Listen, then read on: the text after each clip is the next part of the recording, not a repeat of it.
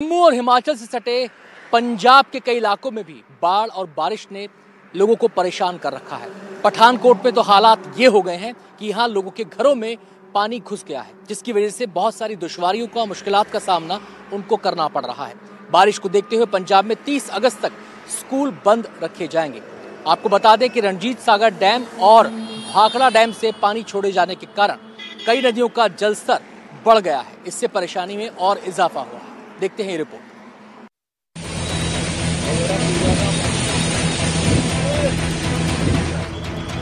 ये तस्वीरें देखिए कैसे एक घर पानी के सैलाब में ताश के पत्तों की तरह ढह गया। तस्वीरें पठानकोट की हैं। पंजाब में इस वक्त नदियां उफान पर हैं, गांव पानी में डूब रहे हैं। पठानकोट की तस्वीरें देखिए, नाव के सहारे सड़कों पर चलना पड़ रहा है। सड़कें दरिया बन चुकी हैं। लोगों के घर पूरी तरह पानी में बर्बाद हो चुके हैं। ये बड़ी वरीसम है जी, जो सुजानपुर के हालात हैं। आफ्टर इंडिपेंडेंस पहली बार हुआ कि ऐसे हालात पैदा हुए हैं।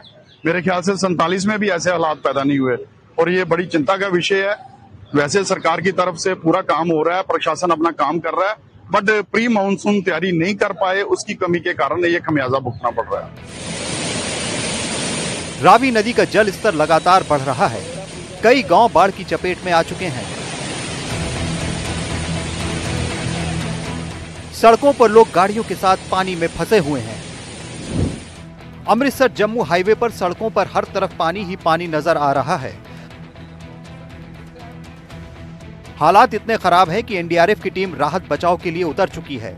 जगह जगह लोग फंसे हैं, जिन्हें सुरक्षित जगहों पर पहुंचाने का काम किया जा रहा है। कल रात से लगातार यहाँ पे ट्रैफिक ब्लॉक किया गया है, क्योंकि आगे उनके पास इंफॉर्मेशन है कि कई जगहों से रोड जो वॉशवे हो चुका है। तो तस्वीरों के माध्यम से दिखा रहे हैं एनडीआरएफ की टीम। ये कैलाशपुर गांव है जो नेशनल हाईवे के बिल्कुल पास में है, जो पठानकोट डिस्ट्रिक्ट में पड़ता है। वहाँ पे कुछ लोग ट्रैप हो गए रात के, उनको निकालने के लिए हम देख सकते हैं तस्वीरों के माध्यम से कि एनडीआरएफ की टीम बुलाई गई है और लगातार उन लोगों को निकालने की कोशिश की जा रही है। कल डोडा के बाद हम देख रहे हैं कि लगातार जो आवाजाही है उसको रोका गया है और जो वहाँ पे जम्मू कश्मीर की जितनी भी अथॉरिटीज़ है वो पंजाब की पठानकोट अथॉरिटीज़ के साथ इन टच है। और ये बॉर्डर है जो जम्मू कश्मीर और पंजाब का बॉर्डर है, यहाँ से हम रिपोर्ट कर रहे हैं। उसके पास ये गांव है कैलाशपुर। यहाँ पे कुछ लोग 10 से 20 घर के लोग फंसे हुए हैं, जिनको निकालने के लिए एनडीआरएफ की टीम यहाँ पहुँची हुई है। सतलुज, ब्यास, रावी, झेलम और चिनाब नदियां उफान पर हैं। रणजीत सागर डैम से रावी नदी में पानी छोड़े जाने के बाद माधवपुर के 80 गांव खतरे में आ गए हैं। कुल मिलाकर पंजाब में बाढ़ की वजह से हालात बहुत बिगड़े हुए हैं। Bureau report, NDTV India. पहाड़ों से ग्राउंड रिपोर्ट दिखाई और तस्वीरों के जरिए बताया कि कैसे बाढ़ बारिश ने वहां पर त्राही त्राही मचा रखी है। लेकिन ये हालात केवल पहाड़ी इलाकों में ही नहीं है, मैदानी इलाके भी इसी से जूझ रहे हैं। हम बात कर रहे हैं राजस्थान और यूपी की, जहां बाढ़ बारिश ने कई जगहों पर हाहाकार मचा रखा है।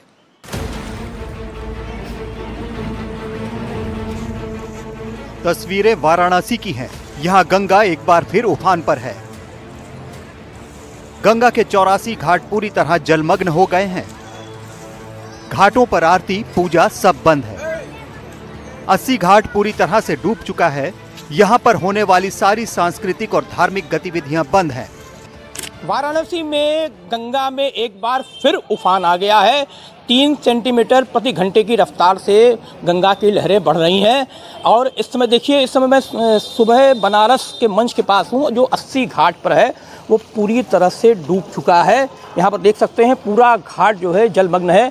और कमोबेश जो ये 80 घाट की स्थिति है, वही स्थिति गंगा के 84 घाटों की भी है, क्योंकि जो चेतावनी बिंदु है उसको गंगा की लहरों ने पार कर लिया है। अब खतरे के निशान से महज 50 सेंटीमीटर से 60 सेंटीमीटर के बीच में जो है वही रह गई है खतरे के निशान को छूने पर। जहां तक नजर दौड़ाओ पानी ही पानी है। पानी इतना ज्यादा है कि पानी का वाहन यानी नाव को भी बंद करना पड़ा है। 2 महीने से नाव चलाने पर प्रतिबंध लगा है, जिससे नाविकों की रोजी रोटी पर संकट आ गया है। जो बोट चलाने वाले हैं उनको बहुत ज़्यादा दिक्कत है। हम लोग तो इस समय अपना रकम पताई गिरवी रख लिए हैं, गिरवी रख के खा रहे हैं, ठीक है। वो भी यही कर रहे हैं, रकम पताई जो है गिरवी रख के खा रहे हैं। जैसे तैसे चल रहा है, फिर चलेगा तो रकम पताई छूट जाएगा। ये बताइए, प्रशासन की तरफ से कोई मदद मिल रही है? कोई मदद नहीं सर, कोई मदद नहीं। इतना दिन लोग कमाते हैं, कुछ रखे होंगे तो खा रहे हैं। प्रशासन कितना मदद करेगी, किसको मदद पहुंचाएगी? क्योंकि जाएगा तो कोई कहेगा हमको नहीं मिला, कोई नहीं जाएगा, कोई जाएगा तो कहेगा कि हमको नहीं मिला, कोई जा नहीं रहा है वो भी कहेगा कि हमको नहीं। प्रयागराज में गंगा और यमुना नदी के जल स्तर में पिछले 24 घंटे में तेजी से इजाफा हुआ है। एक बार फिर बाढ़ ने प्रयागराज में दस्तक दे दी है। निचले और तटीय इलाकों में अब बाढ़ का पानी पहुंचना शुरू हो गया है। प्रयागराज में गंगा यमुना नदी पिछले 24 घंटों में उफान पर है और अब महज 1 मीटर की दूरी रह गई है जब गंगा और यमुना नदी खतरे के निशान के आसपास पहुंच जाएंगी। आप देखिए कि ये गंगानगर का वही इलाका है जहां 20 दिन पहले पानी के आगोश में था और अब एक बार फिर पानी आने से जो है यहाँ पर लोगों की परेशानी बढ़ना जायज है। और देखिए कि कैसे जो है ये लोग जो है यहाँ पर इस रास्ते से जो है संपर्क टूट चुका है, लोग जो है किसी तरीके से रोड क्रॉस कर रहे हैं। लेकिन अब धीरे धीरे जिस तरीके से पानी का लेवल बढ़ रहा है, ये माना जा रहा है कि निचले और रिहायशी इलाकों में पानी का लेवल लगातार बढ़ता जा रहा है और अब लोगों की परेशानी एक बार फिर बढ़ना तय है। और बाढ़ के खतरे की अगर बात करें तो बाढ़ की दस्तक पूरी तरीके से देती हुई नजर आ रही है प्रयागराज में। आप देखिए कि ये इलाका जो है ये 21 नंबर गली है राजापुर गंगानगर का। पिछले 20 दिनों पहले ही स्थिति बहुत भयावह थी यहाँ की और एक बार फिर अब यही वजह है कि देखिए ये तमाम लोग हैं जो यहाँ से पलायन करने को मजबूर हैं क्योंकि धीरे धीरे यहाँ पर पानी जो है बढ़ रहा है।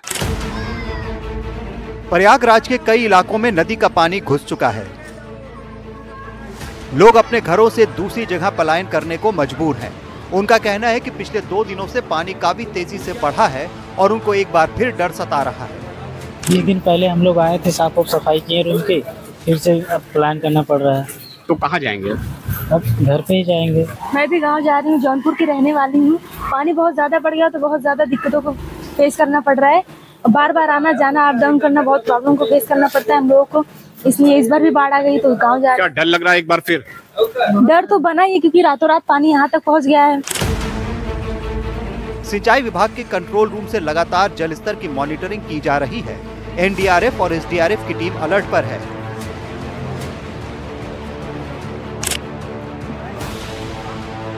तस्वीरें छत्तीसगढ़ के बस्तर की हैं। यहाँ के लोहंडी गुड़ा ब्लॉक के मांदर गांव में बाढ़ आ गई और पानी में लोग फंस गए। बाढ़ में फंसे 5 लोगों को हेलीकॉप्टर की मदद से निकाला गया।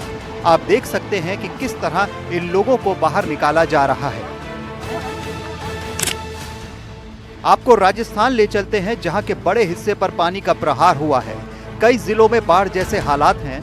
भरतपुर में बाढ़ बारिश ने सब कुछ डुबो दिया है। पांचना बांध से पानी छोड़ने के बाद कई गांव में बाढ़ जैसे हालात हो गए हैं। कई गांव में बाढ़ का पानी खेतों से लेकर घरों तक पहुंच गया है।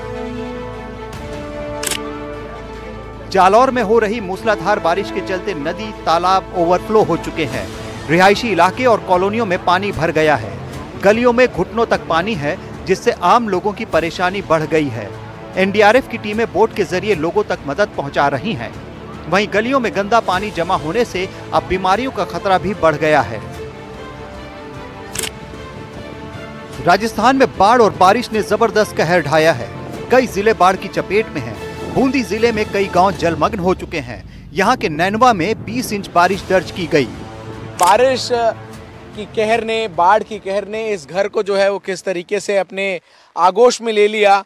आपकी जहाँ तक नज़र जाएगी आपको हर तरफ घर का जो है वो मलबा नज़र आएगा और किस तरीके से बारिश ने यहाँ पर चीज़ों को प्रभावित किया है। घर का सामान है, अंदर आप को मैं दिखाऊंगा। जो इस घर के लोग हैं वो किसी तरीके से जो थोड़ा बहुत इलाका बच गया है घर का उसमें रह रहे हैं। अभी भी जब हम यहाँ पर इस वक्त रिपोर्ट कर रहे हैं तो लगातार बारिश जो है वो हो रही है।